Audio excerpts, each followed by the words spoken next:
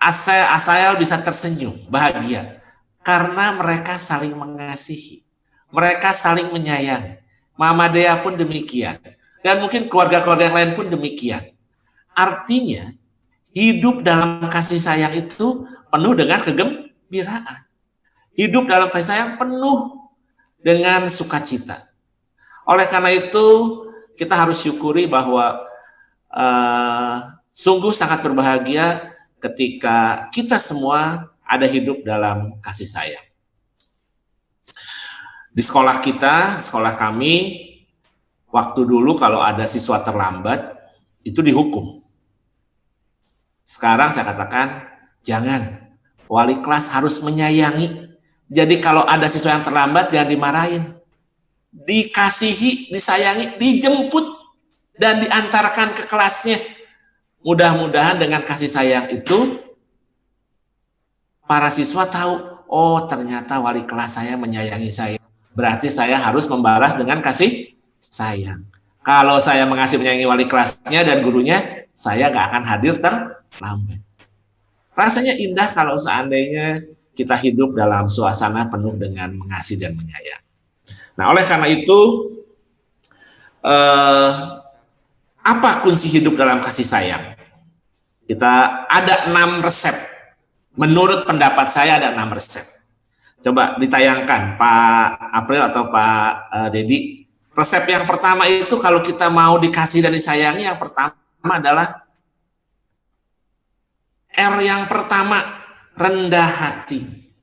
Kita bisa bayangkan, apa wujud daripada kerendahan hati?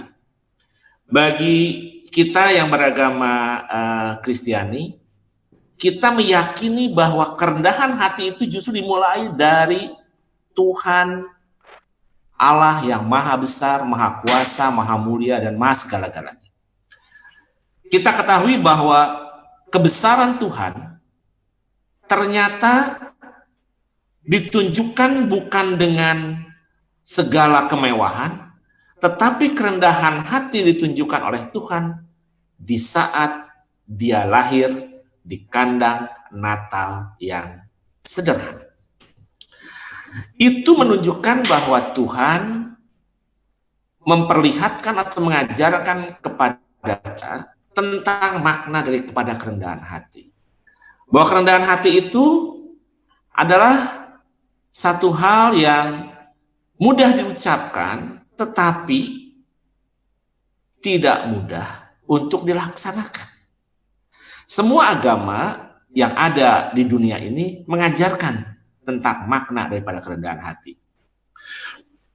Kita lihat bagaimana hadirnya Tuhan dalam kehidupan di dunia ini melalui seorang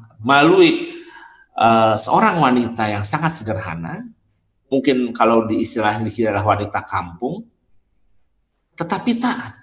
Karena biasanya orang yang rendah hati itu cenderung taat.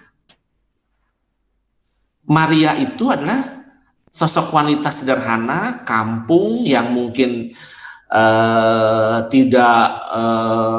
rumahnya tidak mewah, tidak bergemerlap, bukan ibu-ibu sosialita seperti saat ini yang kemana-mana memperlihatkan segala barang mewahnya, bahwa ibunya Tuhan bukan pengguna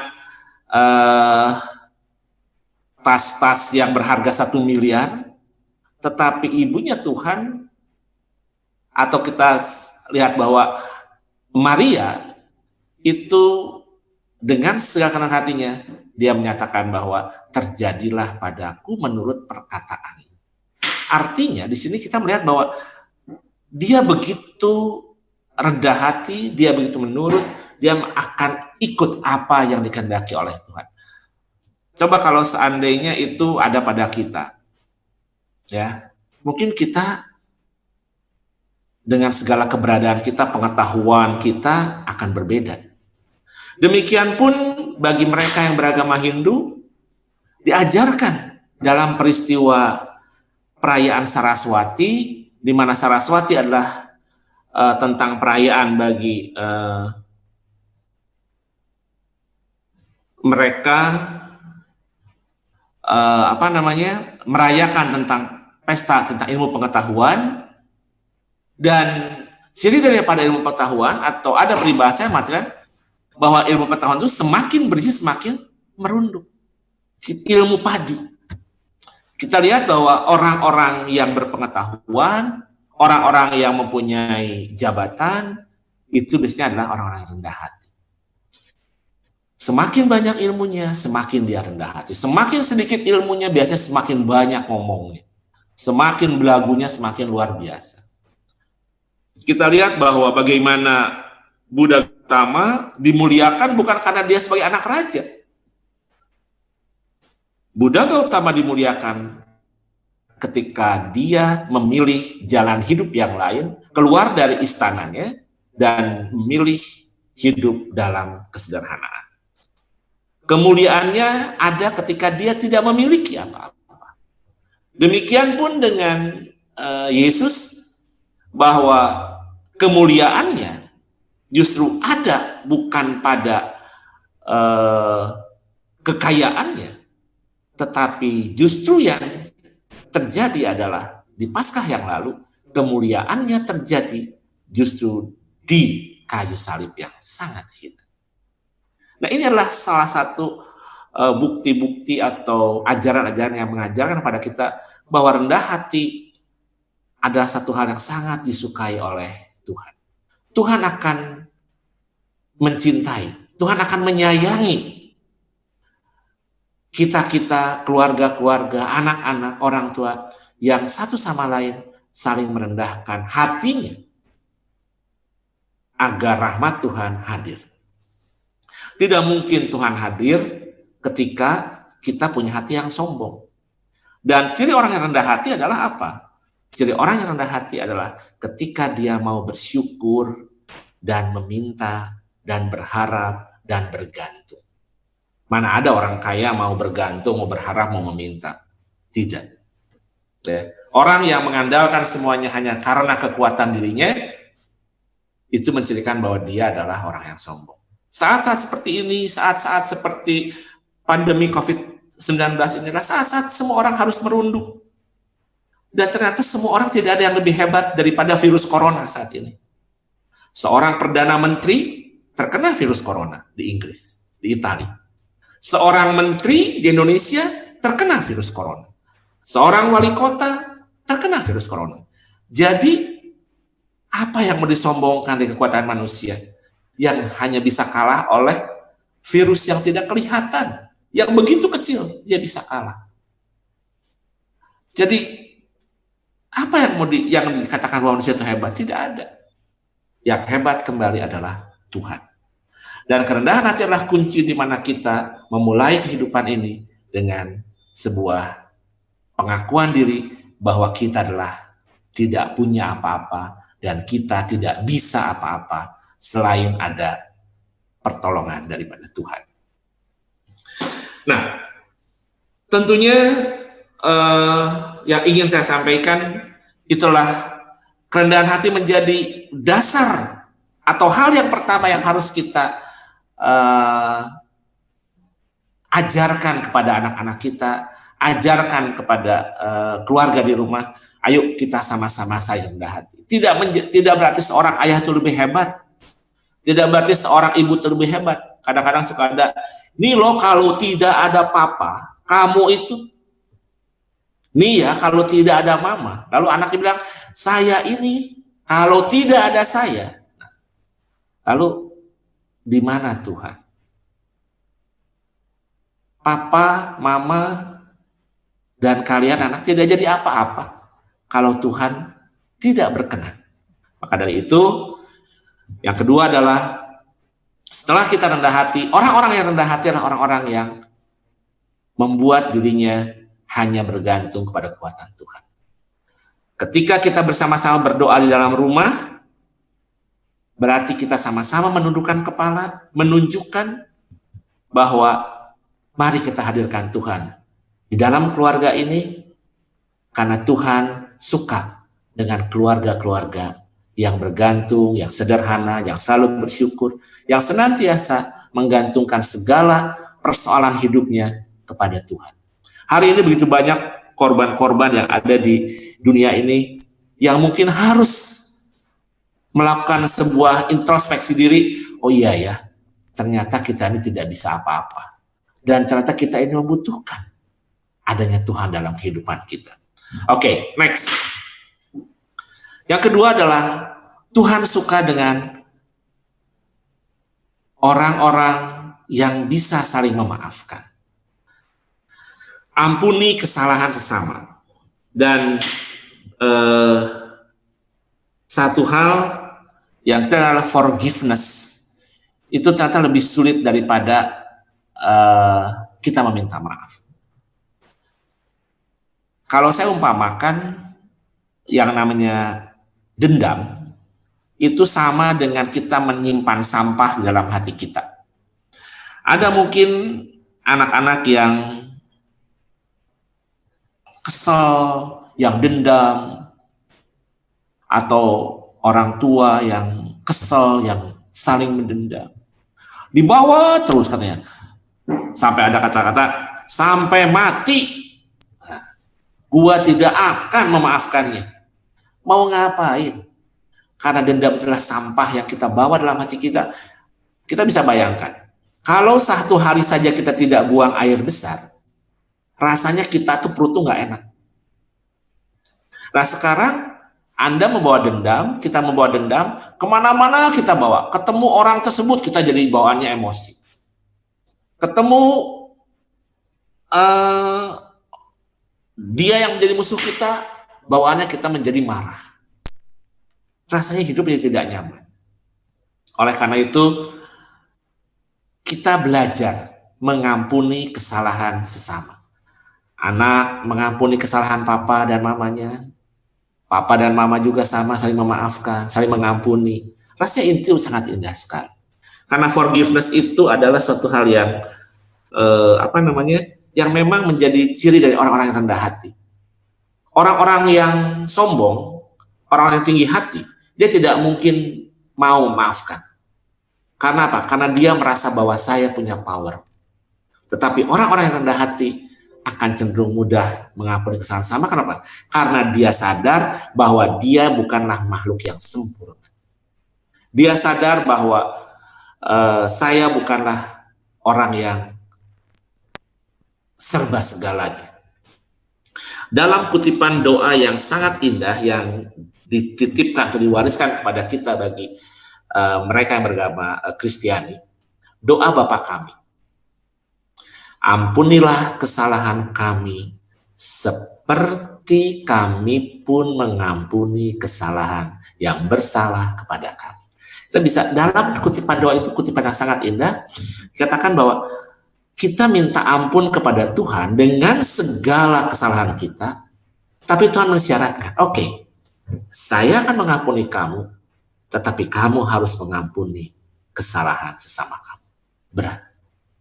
Dan itu menunjukkan bahwa ketika kita mengampuni kesalahan sesama kita, disitulah Tuhan pun akan mengampuni segala kesalahan kita. Masalahnya hanya kita mau, berani, dan rela tidak untuk bisa mengampuni kesalahan orang tua kita, mengampuni kesalahan anak-anak kita, suami kita, istri kita, orang tua kita semuanya. Bahwa dalam hal ini bukan proses yang mudah.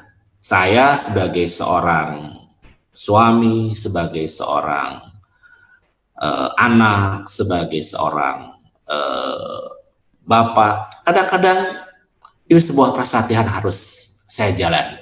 Saya katakan di sini saya bukan mengajarkan kepada Bapak Ibu, tapi saya di sini sharing. Kita bersama-sama saling menguatkan untuk bisa saling mengampuni. Guru kepada siswa, siswa kepada guru, menunjukkan bahwa forgiveness ini adalah satu hal yang paling mendasar. Orang menderita karena dia punya dendam, bukan karena dia punya salah. Orang yang paling menderita itu bukan orang yang punya salah.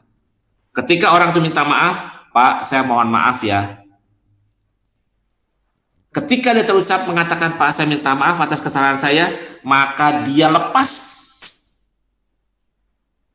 Dia tidak punya beban lagi. Lalu bebannya berbalik kepada orang yang tidak mau memaafkan dia. Yang sebel, orang yang tidak memaafkan. Oleh karena itu, bahwa Buddha, ya, Siddhartha Buddha Gautama, dia mencapai kesempurnaannya, mencapai nirwananya ketika dia melepaskan segala dendam, melepaskan dirinya bahwa dia adalah bagian daripada orang-orang juga yang bersalah.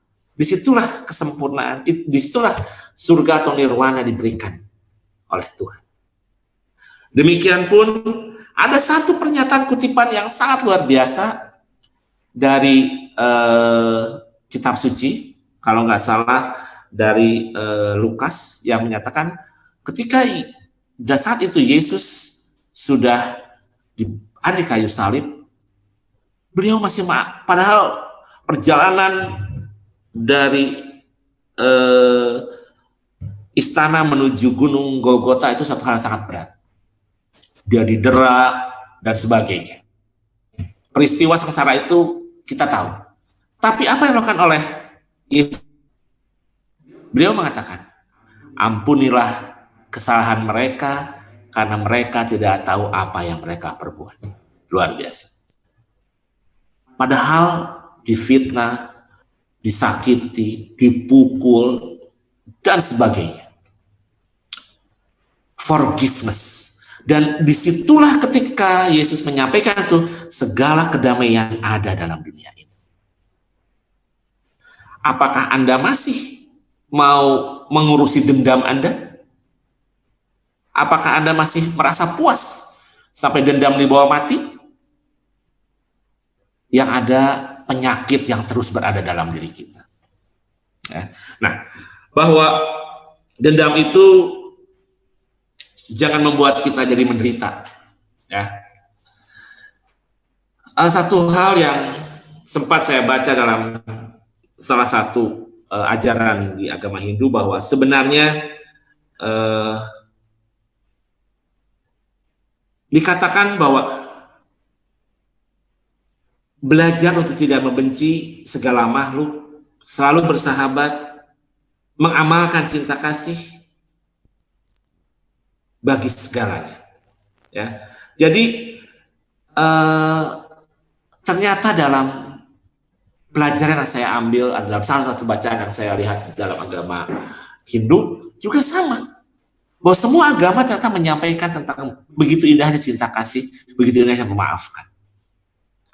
Bahwa Buddha Gautama mengatakan bahwa orang bijaksana itu cirinya adalah satu, sebelum dia melihat kesalahan orang lain, terlebih dahulu dia melihat kesalahan dirinya sendiri.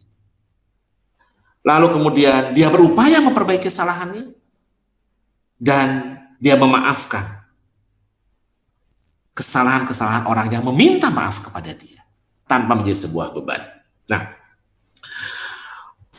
ajaran Hindu mengatakan bahwa semua orang adalah saudara, ya, bahwa dia adalah aku adalah mereka, dan mereka adalah dia. Semua makhluk adalah saudara, dan mereka mengatakan selalu, teman-teman saudara yang beragama Hindu selalu menyatakan bahwa mereka selalu berpikir tentang hukum karma atau hukum sebab akibat, tabur tuai. Mudah-mudahan ketika kita bisa memaafkan orang-orang lain, kita pun akan dimaafkan oleh orang lain, dan terutama dimaafkan oleh Tuhan, sehingga rahmat Tuhan yang kedua hadir dalam kehidupan kita. Yang pertama rendah hati, yang kedua ampun sesama, dan yang ketiga adalah bisa dilanjut, hati yang lembut. Nah, ini hati yang lembut saya pikir luar biasa. Saya selalu suka dengan satu lagu yang dari dulu saya sering dengar. Ini lagu begitu indah. Andaikan aku lakukan yang luhur mulia, jika tanpa kasih cinta hampa tak berguna. Dikatakan gitu ya, cinta itu lemah lembut, sabar sederhana. Cinta itu murah hati, rela menderita. Jadi lagu ini mengajarkan kepada kita bahwa ciri orang yang mengasihi itu lembut hatinya. Dia tidak keras hatinya. Nah, lagu ini sangat menginspirasi untuk saya. Karena dalam lagu ini kita diajarkan bagaimana kita saling mengasihi. Andaikan aku pahami bahasa semua, hanyalah bahasa cinta, kunci tiap hati. Kita bisa lihat dalam peristiwa corona ini, dia tidak melihat siapa kamu, siapa dia. Kita bisa bersama-sama dengan satu kata kasih sayang. Dengan satu kata-kata cinta, kita bisa sama saling menolong, saling membantu dan semuanya. Tidak melihat apa agama kamu, tidak melihat dari mana asal kamu, tidak melihat kamu berasal dari ras apa, tidak.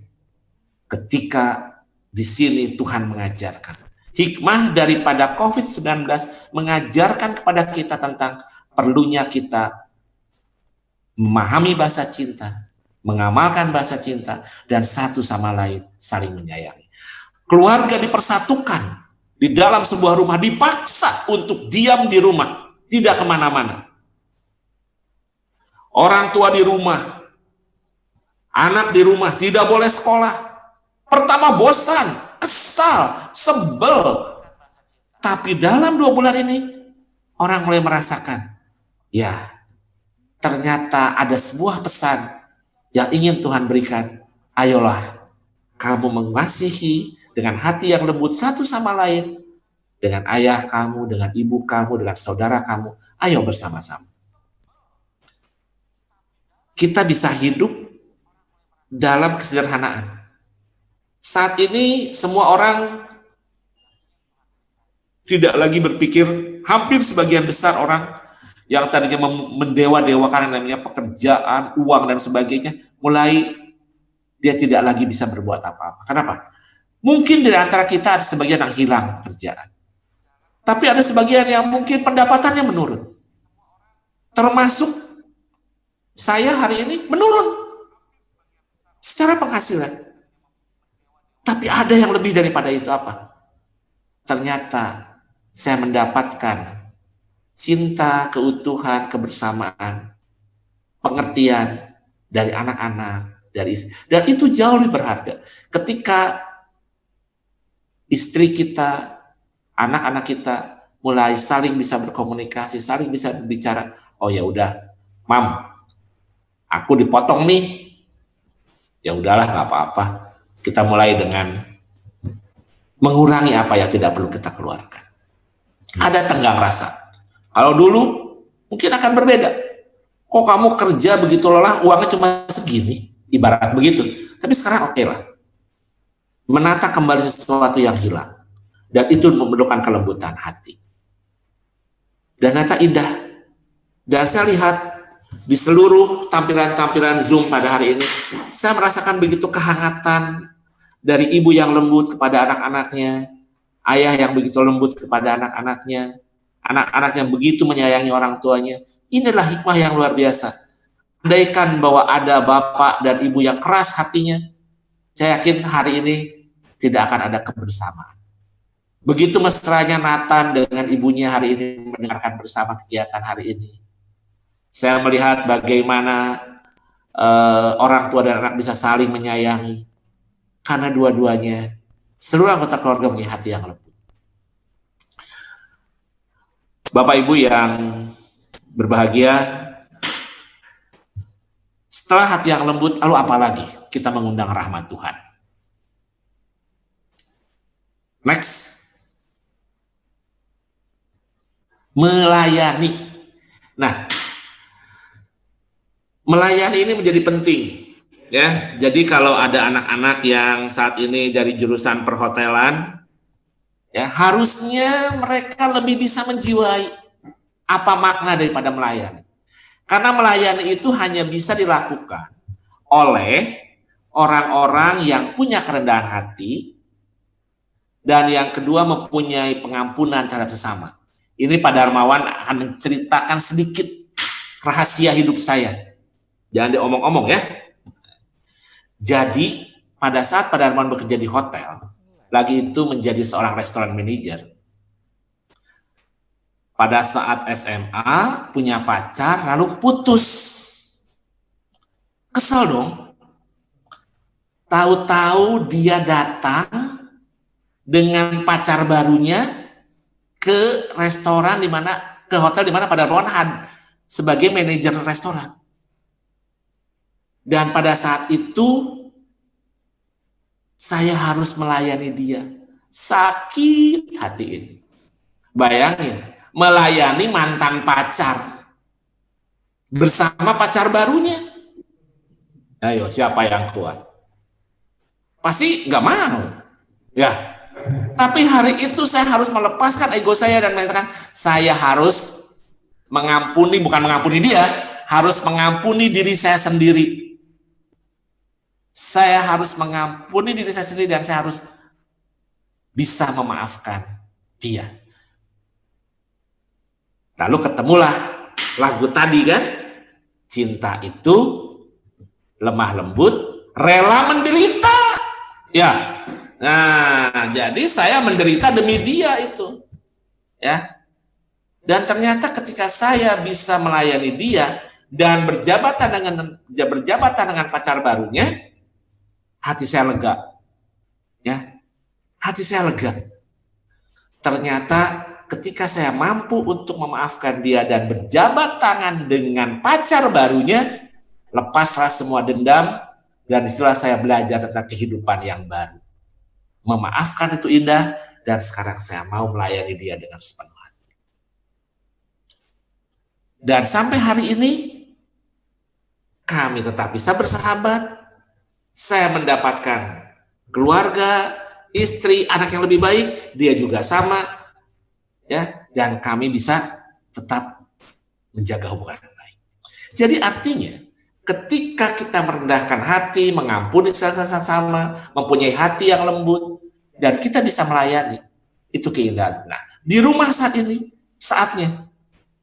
Mungkin yang tadinya kalian tidak pernah ngepel rumah, sekarang mulai ngepel rumah. Yang tadinya tidak pernah masak, ayolah masak untuk papa dan mama. Ya, di sini Pak Darmawan lihat banyak anak-anak perhotelan, ayo belajar ilmu yang kalian dapat di sekolah untuk mempersiapkan. Misalnya siapa aja anak perhotelan sini? Ada Fabian, ada siapa lagi? Bersihin WC, sikat WC-nya, ngepel. Ya, coba kita melayani mama, melayani papa, ya. Mama yang masak mah, anak-anak tata boga, papa mama nggak usah masak, saya mau masak, ya. Walaupun nanti hasilnya agak-agak berantakan, saya yakin papa mama hanya bilang walaupun keasinan, ya lumayan, ya. Tapi ayo kita belajar untuk mulai melayani anggota seisi rumah kita. Ketika satu sama lain saling melayani, istri terhadap suami, suami terhadap istri, anak terhadap orang tua terhadap anak, maka itulah rahmat Tuhan akan semakin hadir dalam kehidupan kita. Keindahan itu adalah keindahan ketika satu sama lain bisa saling melayani. Ada satu peristiwa yang luar biasa, bagaimana ini dicontohkan oleh Yesus kepada kita. Ketika peristiwa pencucian kaki sebelum perjamuan terakhir. Di situ kita betul-betul belajar bagaimana seseorang guru, seorang yang dimuliakan, melakukan tindakan yang mungkin dalam adat Yahudi pada itu cukup hina. Tapi disitulah ada satu hal yang dikatakan oleh beliau, selanjutnya kamu harus saling melayani. Itu adalah satu hal yang penting untuk kita pahami. Bagaimana kalau saya perhatikan datang dalam beberapa peristiwa perayaan-perayaan dalam agama Buddha, bagaimana para pendeta-pendeta, para biksu betul-betul mau melayani, hidup dalam kesederhanaan. Karena melayani itu cirinya adalah apa? Dia berani hidup dalam kesederhanaan. Dia berani menyangkal dirinya untuk sesuatu yang lebih besar. Dan itu diajarkan oleh guru-guru kita, oleh mungkin bagi mereka yang beragama Islam, oleh Nabi Muhammad, diajarkan bagaimana beliau seorang nabi besar melakukan sebuah pelayanan kepada umatnya. Ya. Nah, selanjutnya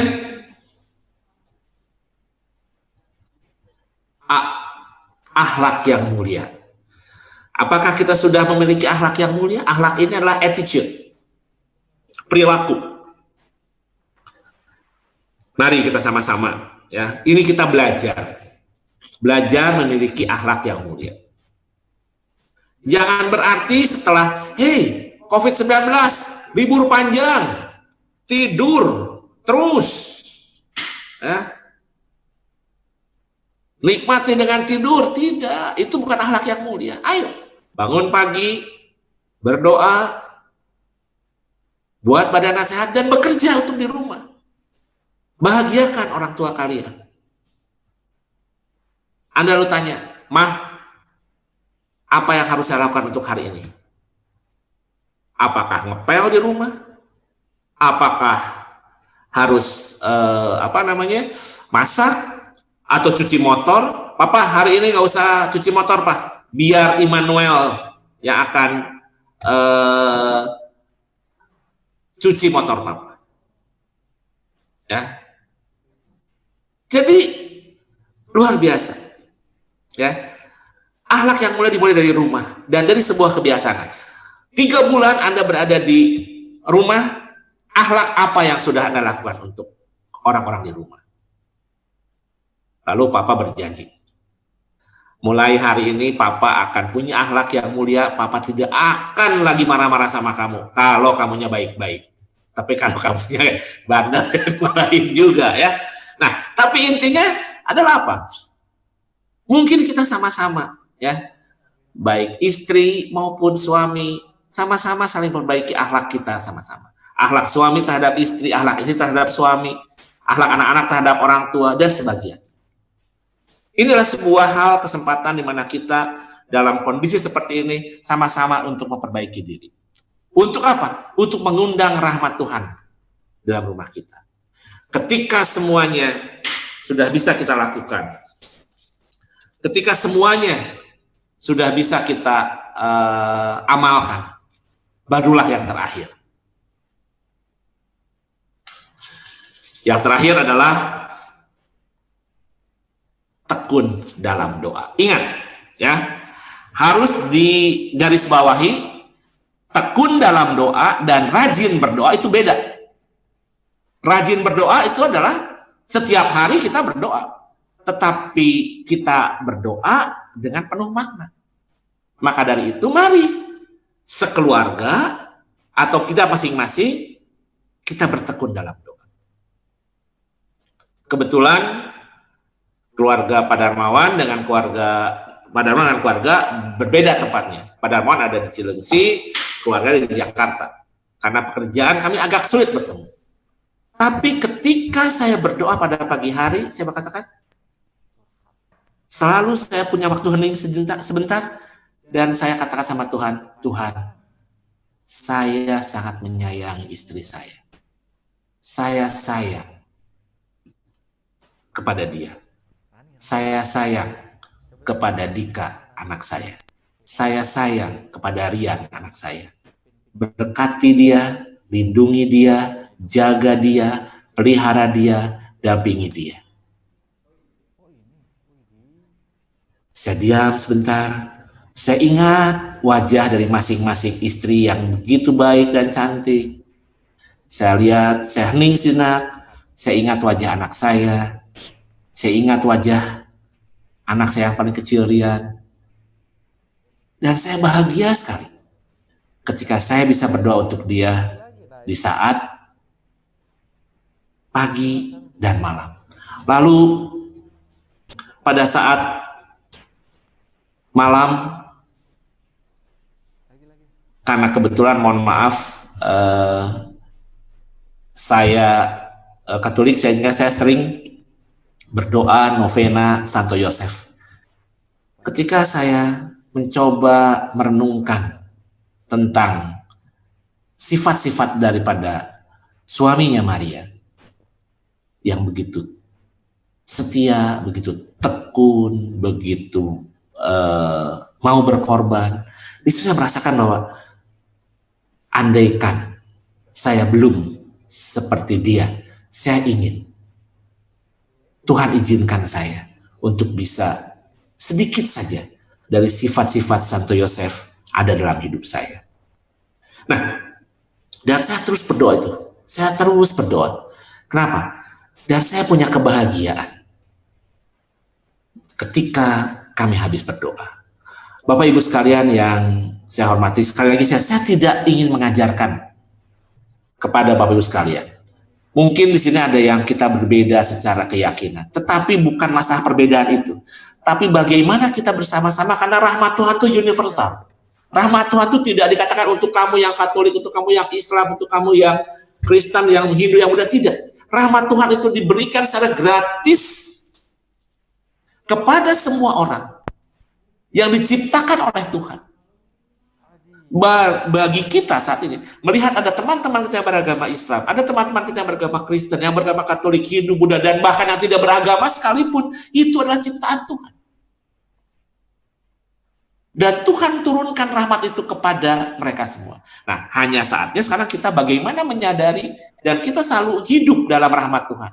Nah, hidup dalam rahmat Tuhan adalah hidup yang penuh dengan kerendahan hati, penuh dengan pengampunan, penuh dengan pelayanan, penuh dengan cinta dan hati yang lembut, penuh dengan akhlak yang baik, dan selalu dibungkus dengan doa yang selalu dipersatukan dalam Tuhan.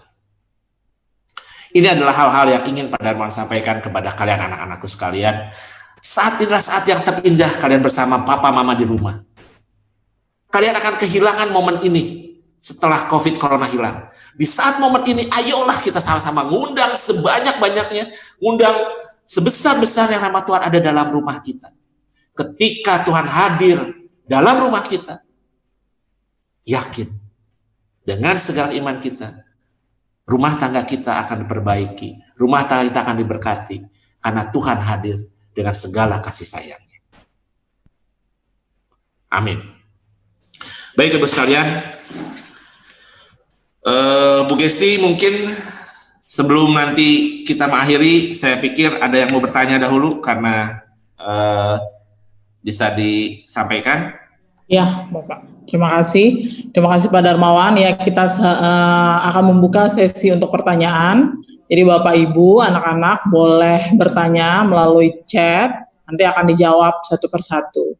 Silakan. Sambil menunggu kita akan sapa beberapa orang tua yang tadi baru join kembali.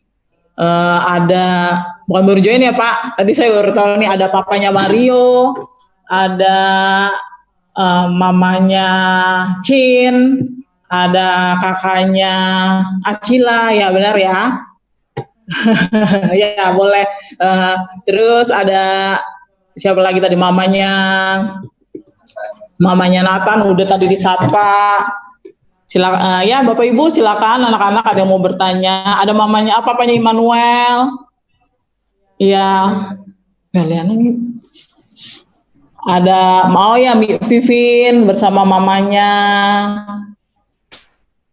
Silakan Bapak Ibu sambil menunggu kita. Jangan tanya isi kitab suci aja, Pak Darmawan bukan pendeta soalnya. Apa saja seputar rahmat yang tadi sudah disampaikan Pak Darmawan, atau boleh tanya tentang pengalaman mendidik anaknya di rumah, atau berbeda atau tidak anaknya di rumah di sekolah, boleh Pak Ibu sharing-sharing boleh juga, silakan. Ada yang mau tanya silakan. Pak Davi masih ada Pak Davi? Saya lihat ada Pak Davi nih. Nah, ini Pak Davi nih. Pak Davi Layawa. Papanya Devina. Oh ya, Papa Devina. Nanti kalau ada yang bertanya tentang kitab suci ada Pak Yongki sama Ibu Sulasminingsih ini akan bantu saya. Ada Bapak Ibu guru agamanya juga ada di sini. Jadi Bapak Ibu boleh bertanya, anak-anak juga boleh bertanya, silakan. Silakan. Hal yang silakan. Pak Davi ada? Halo?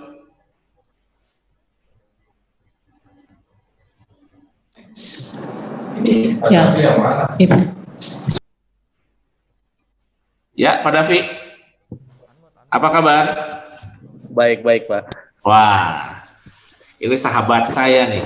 Selamat ya, Devinanya sudah jadi alumni dari SMK Medland. Terima kasih. Tuhan berkati. Luar biasa. Silakan, ada komentar atau mungkin dukungan ataupun motivasi buat sesama orang tua atau untuk anak-anak kita, Pak Davi, silakan. Iya, terima kasih untuk pagi hari ini, di mana kita juga boleh mendengarkan sebuah inspirasi, sebuah pengetahuan yang memang notabene mungkin Pak Darmawan juga tadi telah berkata bahwa beliau juga bukan seorang pendeta atau pemuka agama, tapi beliau bisa memberikan pencerahan yang sifatnya positif dan sifatnya baik. Nah, mungkin bagi kita semua para orang tua yang telah mendengarkan menjadi mendapat suatu masukan yang baik juga, walaupun mungkin ada sebagian orang sudah lebih mengetahui juga hal-hal baik apa sih yang harus kita lakukan. Nah, dalam kondisi saat ini saya berpikir adalah dengan kita berada di rumah, semua orang, termasuk saya pribadi, sama seperti Pak Darmawan tadi, saya mengutamakan Tuhan dan mengutamakan keluarga. Pekerjaan saya jadi di nomor 2-3 kan. Nah, oleh sebab itu kedekatan terhadap Tuhan akan lebih kuat, lebih tingkatannya lebih tinggi lagi, karena setiap hari akan selalu berhubungan dengan Tuhan kita masing-masing. Lalu dengan keluarga pun sama, hubungannya baik, karena bercengkrama terus setiap detik. Nah, khususnya untuk sekolah Medland sendiri, untuk guru-guru agamanya, harapan besar adalah pasti guru agamanya mungkin punya nomor kontaknya anak-anak pelajar ini. Tidak ada salahnya untuk men-share seperti motivasi atau semangat untuk kepada anak-anaknya dengan bahasa-bahasa yang rohani, supaya anak-anak ini lebih dikuatkan. Mungkin mereka bete dengan kehidupan saat ini yang ada di rumah, tidak kemana-mana, tapi dengan dari pihak sekolah, entah bisa dari guru agama atau guru-guru yang lain, atau dari Pak Darmawan sendiri, bisa men-share ke grup gitu ya, untuk menguatkan anak-anak ini dalam bahasa-bahasa rohani. Mungkin itu saja, Pak. Terima kasih. Terima kasih Pak Davi Layawa. Tuhan berkati Bapak dan keluarga di rumah. Ya, terima kasih Pak. Untuk Bapak Ibu yang mau menyampaikan sesuatu, boleh tunjuk tangan. Nanti kita akan buka dari sini untuk di-unmute. Boleh menyampaikan sesuatu, silakan. Kalau misalnya memang tidak ada pertanyaan, boleh menyampaikan sesuatu yang mau disampaikan. Kayaknya Pak Yongki dulu deh, Bu. Pak Yongki, silakan. Melengkapi sama Bu Sulasminingsih nih, karena kan saya kurang ilmunya. Mereka kan ahlinya ini. Pak Yongki, ada Pak Yongki. Pak Yongki dipanggil. Silakan Pak.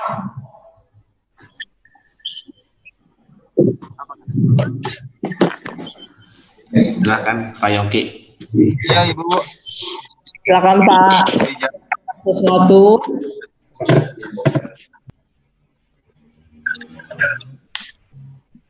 Halo, Ya, Pak Yongki, silakan. terdengar Bu? Terdengar Pak. Pak Darmawan sudah menyampaikan sebuah motivasi yang sangat membangun kita semua. Kalau boleh saya menambahkan, yang namanya kasih, yang namanya kerendahan hati, itu sebenarnya bukan sesuatu yang dibuat-buat atau dipaksakan, tetapi itu sebenarnya adalah bagian pribadi kita sebagai citra Allah. Kalau dari kekristenan, kekatolikan, bahwa manusia adalah citra Allah. Jadi sudah semestinya kita memiliki kasih, kita memiliki kerendahan hati. Dan ajakannya adalah ya kita mengusahakan itu, bukan membuat diri kita menjadi bisa lebih mengasihi, tetapi kita mengusahakan kita menjadi citra Allah yang sesungguhnya. Jadi memang harus diusahakan apapun situasinya, apapun kondisinya. Oke. Terima kasih. Mungkin dari Bu Sulasminingsih kayaknya, Bu. Silakan Bu Nining. Halo Ibu. Guru Agama Buddha. Ya, Guru Agama Buddha. bentar. Halo, maaf bentar. Ya, tidak Pak Ya, Ibu. lagi setting, sorry. Tadi di ini. Oke, selamat siang semuanya. Ya, ini saya guru agama Buddha. Ya, di sini saya mengucapkan banyak terima kasih yang sebesar-besarnya kepada Pak Darmawan yang telah intinya memberikan materi yang sangat bagus. Tentunya materi itu menyinggung tentang Pancasila, karena kita semua ini kan terdiri dari bermacam-macam suku, bangsa, dan agama. Intinya saya sangat berterima kasih. Dan tadi ada beberapa poin yang disampaikan oleh Pak Darmawan tentang kasih sayang, rendah hati, dan sebagainya. Saya hanya ingin menambahin sedikit. Intinya ke-6 poin itu jangan kita dengar itu sebagai teori saja, tapi harus benar-benar kita praktekkan. Dari misalnya kita contoh dari kasih ya, kita membantu misalnya ada pengemis, kita memberikan bungkusan nasi dan sebagainya, itu merupakan praktek kalau dalam ajaran kita. Yang diutamakan itu adalah prakteknya, bukan teorinya. Itu saja Pak dari saya, sedikit Pak. Terima kasih Bu Nining. Oke. Baik, ada guru agama Hindu, Bu? Kebetulan sedang berhalangan Pak, sedang sakit katanya. Iya. Mungkin satu orang tua lagi dari atau Ibu mungkin, Ibu Marfit, ada siapa? Ya, Ibu Marfit ada? Papanya Asael katanya. Boleh, papanya Asael boleh. Silakan Papa Asael. Please. Papa Asael, Papa Mario nih yang mana? Boleh, dua-duanya boleh. Gantian ya Papa Asael dulu ya. Ya, silakan Pak. Oke, selamat siang. Selamat siang, Pak Henry. Selamat siang Bapak, Ibu, dan juga saya sangat senang sekali karena di sini sebenarnya yang muncul cuma Ani, tapi kakak-kakaknya Asael berdua juga mendengarkan. Kakak Asael, Batseba, dan Abigail mendengarkan, dan saya sangat senang sekali bahwa apa yang disampaikan Pak Darmawan itu benar-benar sangat menguatkan, memberi motivasi bagi kami sekeluarga ya, terutama tentang bagaimana kasih sayang, kerendahan hati, kemudian apalagi Asael tadi yang pertama R, apa itu? Rendah hati. R itu rendah hati. Saya lagi menghafal nih Pak untuk mengulang. Soalnya ini penting banget. R adalah rendah hati. A adalah ampuni kesalahan sesama. Coba. Ampuni sesama. Ampuni sesama. Kemudian H adalah hati yang lembut. Rah. H adalah hati yang lembut. M adalah melayani. A adalah yang melayani, kemudian A apa? Akhlak. Attitude ya. Kemudian terakhir adalah tekun dalam.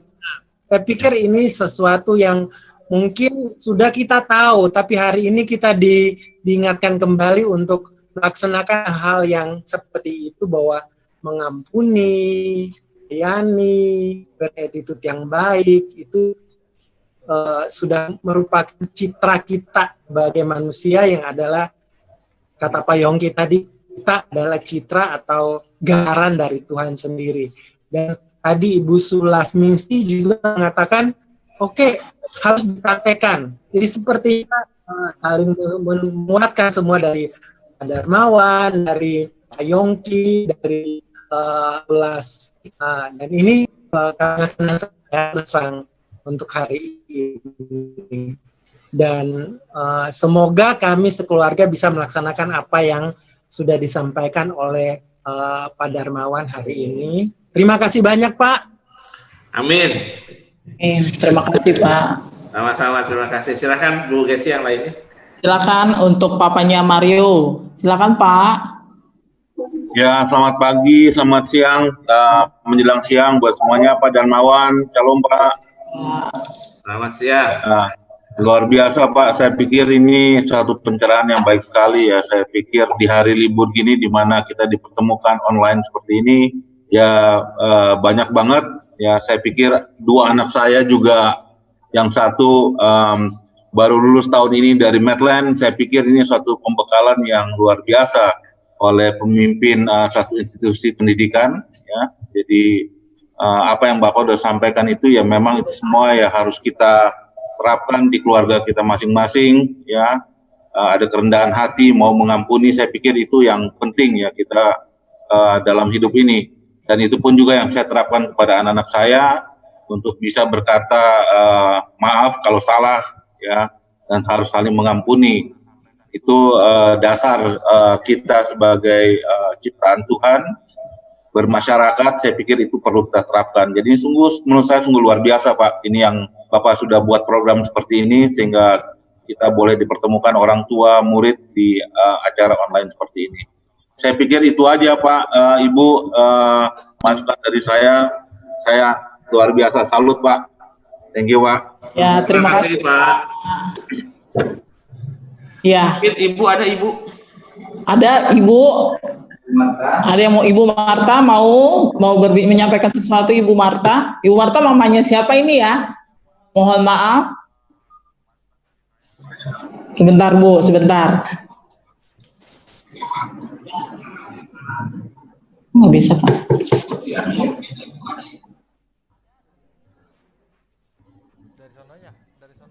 Silakan. Oh ya, ibunya Bu Marta di unmute, Bu. Maaf, mohon maaf Zoom-nya. Mungkin Ibu siapa? Ibu Marfit ada? Ibu Marfit. Mama Dea boleh atau Mama Andri? Boleh, silakan. Oh ya, ini sama Ibu Marta udah aktif, Pak. Silakan Ibu Marta. Saya mamanya Tara Stefani, Bu. Mamanya? Oh, Tara, iya. Oke, Ibu, silakan Ibu. Kalau saya sih yang melakukannya ini yang harus lebih ini lagi, melakukan firman Tuhan sesuai dengan apa yang dari Alkitab, ya jadilah sesuai dengan pelaku firman Tuhan itu aja. Iya, Bu. Terima kasih, Bu. Ya, selanjutnya ada Mama Andrika. Silakan Ibu. Mama Andrika mau menyampaikan sesuatu.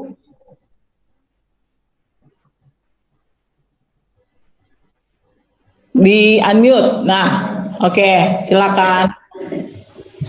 Terima kasih bisa bergabung hari ini buat Pak Darmawan yang udah menyampaikan renungannya. Itu sangat bermanfaat ya bagi kita semua. Biarlah Andika juga bisa belajar lagi dalam untuk selalu taat sama orang tua, untuk dengar-dengar. Terima kasih, itu aja. Oke, terima kasih banyak Ibu. Ya, sampai di sini Pak Darmawan, bagaimana Pak? Baik Bapak Ibu sekalian, di sini saya ucapkan salam bahagia. Mudah-mudahan ini bukan menjadi yang pertama saja, bukan menjadi yang terakhir, tapi jadi yang pertama Saya berharap bahwa setelah dari saya bisa menyampaikan sharing seperti ini, selanjutnya justru saya ingin mengundang Bapak, Ibu, para orang tua di sini justru yang bisa menguatkan. Justru saya pikir ini network ini akan kita lanjutkan. Bila mana saya hanya mengawali saja, mudah-mudahan di bulan yang berikutnya mungkin bisa dari Pak Davi, bisa dari Pak Henry, bisa dari ayahnya Mario, untuk bisa sharing seperti ini, menguatkan sesama orang tua, mengikatkan kita, karena kadang-kadang justru dengan sharing seperti ini kita akan saling dikuatkan. Sekali lagi, tidak ada yang menjadi lebih hebat atau lebih lebih tidak hebat, tapi intinya bahwa mari kita sama-sama menguatkan tali kekeluargaan kita, bahwa di SMK Metret ini ikatan orang tua yang mungkin secara rohani kita memiliki satu kebersamaan, itu bisa kita kuatkan karena orang tua dari murid-murid kita yang beragama Islam pun mereka mempunyai komunitas yang kita support, kita dukung agar semuanya mengarah pada nilai-nilai kebaikan. Bahwa SMK Metret ini tujuannya adalah bagaimana kita membuat anak-anak kita mempunyai karakter yang positif, keluarga yang positif, yang saling menguatkan satu dengan yang lainnya. Nah, Bapak Ibu sekalian, mari kita dengarkan sama-sama doa dari anak-anak kita yang dipersembahkan, yang dimintakan kepada Tuhan untuk orang tuanya. Mari Bu Kesti, kita mulai untuk masuk dalam doa. Dan Bapak Ibu sekalian, mari kita sama-sama menundukkan kepala dan kita dengarkan doa-doa yang indah ini yang akan disampaikan oleh anak-anak kita sebagai akhir daripada acara motivasi spiritual pada kesempatan siang ini. Ya, terima kasih Pak Darmawan. Sebelumnya Bapak Ibu setelah berdoa nanti secara berurutan diawali dari agama Hindu, Buddha, Kristen, dan terakhir Katolik. Setelah itu Bapak Ibu dimohon untuk videonya diaktifkan. Kita akan ada sesi foto bersama, tangannya dikedepankan seperti ini ya Bapak Ibu. Ya, oke. Terima kasih. Sekarang kita akan mulai berdoa, dimulai dari Galuh ya. Galuh silakan. Om Swastiastu, terima kasih Ayah dan Bunda, selama ini Engkau telah mendidik kami, membesarkan saya dengan penuh kasih sayang. Engkau tanpa lelah dan kasih dan sabar kepada saya. Engkau adalah guru rupaka yang saya cintai. Maafkan saya Ayah dan Bunda jika saya telah banyak berbuat salah dan dosa. I love you Ayah dan Bunda. Iya. Dan kami dulu.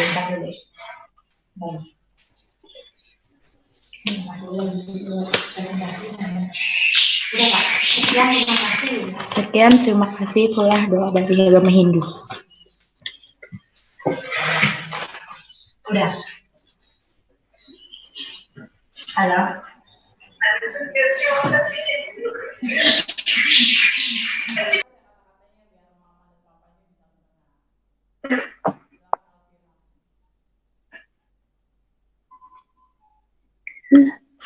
Namo Buddhaya. Namo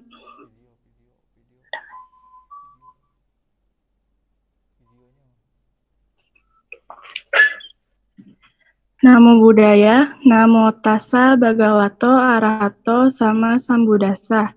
Namo Tassa Bhagavato Arahato Sama Sambuddhassa.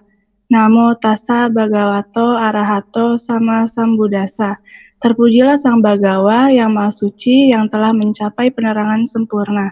Terpujilah Sang Bhagawa yang Maha Suci yang telah mencapai penerangan sempurna.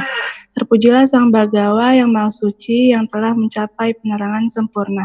Semoga berkat pancaran cinta kasih dan kasih sayang orang tua saya dan seluruh kerabat terbebas dari semua malapetaka, semua penyakit, semua rintangan dan berumur panjang. Semua berkat pancaran cinta kasih dan kasih sayang saya selalu dalam keadaan baik, bahagia, dan damai. Semoga semua guruku selalu dalam keadaan baik, bahagia, dan damai. Semoga orang tuaku selalu dalam keadaan baik, bahagia, dan damai.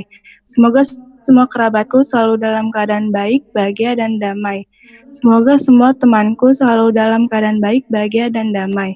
Semoga semua makhluk hidup selalu dalam keadaan baik, bahagia, dan damai. Sadu, sadu, sadu. Sadu. Amin. Sekarang Faiza, silakan. Bapa kami yang ada di surga, terima kasih Tuhan pada pagi hari ini. Tuhan Yesus, kami berdoa untuk para orang tua atau wali di sini dan di luar sana, Tuhan. Engkau beri menyertai melindungi mereka dimanapun mereka berada, Tuhan. Kiranya apapun yang mereka lakukan hanya untuk memuji dan memuliakan nama-Mu. Kami percayakan seluruh kehidupan mereka ya Tuhan kepadamu. Di dalam nama Tuhan Yesus kami berdoa. Amin. Amin. Terima kasih. Silakan Safa. Ada.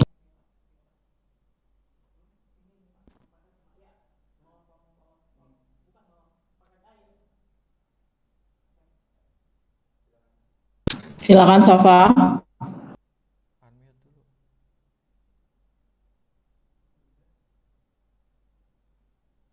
Dalam nama Bapa dan Putra dan Roh Kudus. Amin.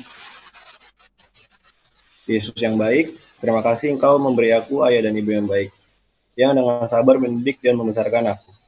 Mereka sangat menyayangi aku. Aku mohon, berkatilah mereka selalu. Jauhkan mereka dari segala sakit, penyakit. Lindungi mereka dari segala yang jahat. Hiburlah mereka di saat mereka susah. Dan semoga kami sekeluarga selalu disatukan dan dipenuhi dengan cinta dan kasih dari-Mu. Ya Yesus yang baik. Amin. Dalam nama Bapa, Putra, dan Roh Kudus. Amin. Terima kasih untuk anak-anak sekalian. Bapak Ibu, mohon untuk diaktifkan sekarang videonya, biar kita mau ada sesi foto bersama. Tangannya di depan gini ya Bapak Ibu, nanti kita akan diambil foto.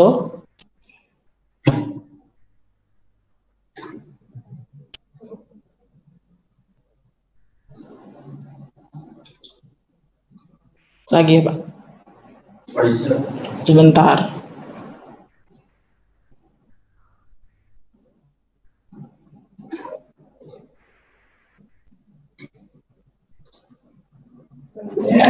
Oke, sebentar lagi.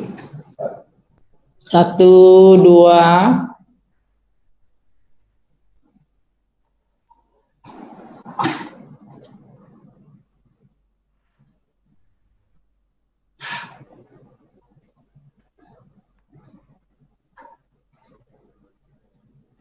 Sekali lagi Bapak Ibu, sebentar sabar. 1, 2, ya. Oke, terima kasih Bapak Ibu. Kegiatan webinar kita hari ini sudah selesai. Semoga apa yang sudah disampaikan dan kita saling menguatkan pada hari ini dapat bermanfaat bagi kehidupan kita ke depan. Semoga nanti ada kesempatan berikutnya, bisa ada webinar berikutnya dan lebih banyak lagi yang bisa ikut, dan Bapak Ibu yang sudah hadir di sini bisa ikut kembali. Ya, dan Bapak Ibu bagi yang ketinggalan, anak-anak yang ketinggalan atau yang tadi baru hadir, baru join di akhir acara, bisa lihat di channel YouTube SMK Medland. Tadi kita sudah live streaming secara langsung, jadi bisa dilihat atau bisa mau lihat ulang, silakan di live streamingnya di YouTube-nya SMK Medland. Terima kasih Bapak Ibu, Tuhan memberkati sepanjang kehidupan dan sepanjang hari ini, banyak berkat melimpah buat Bapak Ibu dan keluarga. Terima kasih. Sampai jumpa kembali. Aku Terima kasih.